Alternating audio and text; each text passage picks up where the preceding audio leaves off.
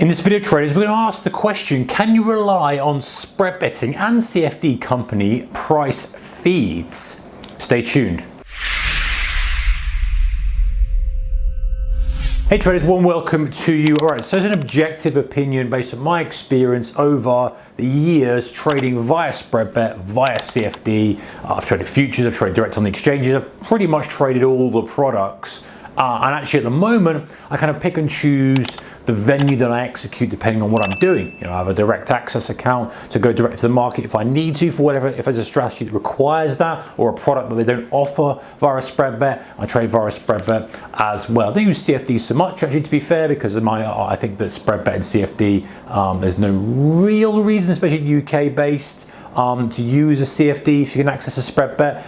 Someone might disagree with me on that, but that's my thoughts. Anyway, can I rely on these guys' price feeds? So the thing is with these companies is that they have their own price feeds, and you see these price feeds, you log into the platform and you see the price feeds, and most of them provide a charting as well. Some of it's quite simple, some of it's reasonably complex, some of these guys use MT4 as well, some of these have their own platforms, whatever, you get the idea. So the point is, can you rely on them? Now, one thing to point out, guys, is that when you're looking at trading indices, they tend to call things like the FTSE 100, the UK 100, and they do things like the US 30 for the Dow, or the, what do they call the NASDAQ? They call the NASDAQ something like the US Tech 100, you know, stuff like that. They're different names depending on who you're trading with. By the way, if you're interested in trading CFD or spread bet, check out channel sponsors, a link to them in the description below. But this is kind of how they do it. Now, the reason they do this is because what they are providing isn't technically the FTSE 100. This does not equal the FTSE 100 because it is their own price. What they're doing is they are saying, hey, what's the futures contract of the FTSE 100, which is Z? That's the FTSE 100 futures contract. What's the cash price? And let's adjust the futures contract price to approximately the cash price so that it makes sense to the majority of our retail customers and allow that as a product to trade. They can't call it the FTSE 100 because it's not, but for all intents and purposes it is. If you wanted to trade the FTSE 100 direct, you can't of course trade the index. You have to trade the futures contract.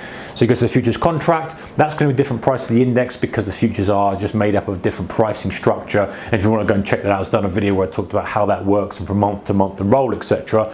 However, for spread betting companies, for ease so the clients can understand the product, and for ease of them and also the revenue perspective, because if you're trading a cash product every night you hold that, there's a little bit of a holding charge that you have to pay so the company makes some money from you. That's a fair commercial agreement, guys. You know, you kind of use their service, they make a bit of money from you, and the spread of course as well. So this is this price feed that is equivalent to the FTSE 100 is the UK 100. So it will track the futures pattern, but be priced pretty much more like the cash price. So because it's a synthetic price, they can't call it FTSE 100. Now, do you rely on this to trade with? Well, you know, and by the way, same with US 30, you know, it's not the Dow, which would be the YM futures. US Tech is not the NASDAQ, which would be NQ. It's a blend of different months as well. And they do go into detail about how they price things, but for all intents and purposes, guys, it's fine for us. If you're day trading the DAX, you're day trading the FTSE, you use these products are fine. They're going to track everything okay. Now, can you rely on their price feeds? As I'm filming this, guys, my answer to this is yes, you can.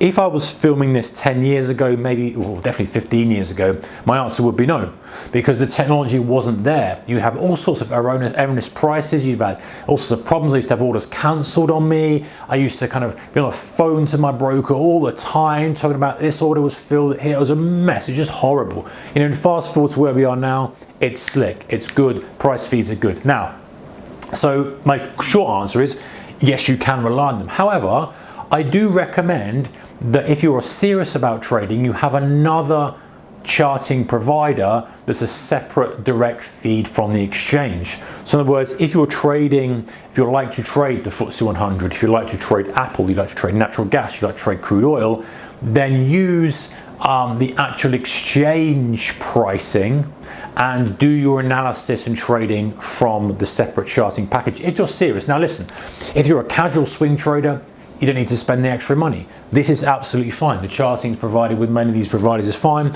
Most of the time the price feeds are perfectly fine. You can carry on like that. Every so often you'll get maybe a price feed that kind of a price that's a bit out of whack, maybe in the middle of the night or something happens. Most of the time, if you're at a reputable broker like our channel sponsor, if you're with someone who's regulated, they will make you good if you're on the wrong end of that. You just have to call them up and say, hey, I had a stop loss in, the price spiked up, it doesn't look like that was a correct spike, can you investigate it for me? And 99 times out of 100 guys, they will go, oh, it was an error with our data feed, we've reinstated your trade, you're back in the trade, and we've put that stop in back where it was. Fine. Technology issues happen everywhere, and most brokers will do that. So if you do get a price feed that's out of whack, then and the same, by the way, if you take advantage of it, if it spikes up and you get a limit and you get filled, they'll probably call you and say, hey, it was an error, and you'll go, oh, I should have got in on that, but fair's fair. If it's just an error, it's an error. But anyway, right, so can you run that? The issue comes when you are day trading. So if you're day trading, then the way that I like to operate is I like to have my broker on one side here and my execution platform here, whatever I'm trading. So let's say I'm trading directly on crude oil contracts. I got my market dome here. I got my broker here. I got my futures broker, and I like to then have on my screens, depending on where I'm trading from, my charts. And I use TradingView, but you can use eSignal, you can use TradeStation, you can use Ninja, you can use any of those kind of ones, and these will be kind of set up for me and how I like them and the features I want, and I'll also pay an additional fee to have the actual exchange prices coming in, so I know I'm trading off the exchange prices. So I'm executing via a spread bet, so the price might be slightly different to what I'm seeing, but I'm seeing the actual exchange prices. Now, do you need this? You probably don't. This is probably me being a creature of habit and kind of knowing what works for me, and having done this for many years. This is how I've always operated. I've always had, my actual feed different from my broker and done like this. I think now you probably don't need to do this. And whilst I like the charting platforms that I use, whilst I like the added features, I like being able to add little bits that maybe many brokers don't have. If you're a casual trader, you don't need that to get yourself where you want to be. At some point you might decide to upgrade and have a bigger charting platform, a more feature-rich charting platform. Look at that, conduct your analysis on there and execute your trades via your broker, but you don't need it. So can you rely on the spread betting company price feeds? Yes, I think you can these days. I think they're very, very solid, especially if you trade with a reputable broker. But just be aware that the names of some of the products are slightly different, because especially the futures and the indices and some of the commodities as well, they kind of call them something because they've got a different type of pricing structure. The way they're made up is a different formula. For all intents and purposes, it's a good way to get exposure to the market you're looking to get exposure for. Anyway, guys, if you like this video, thumbs up is appreciated. Take care. I'll see you in the next video. Bye bye.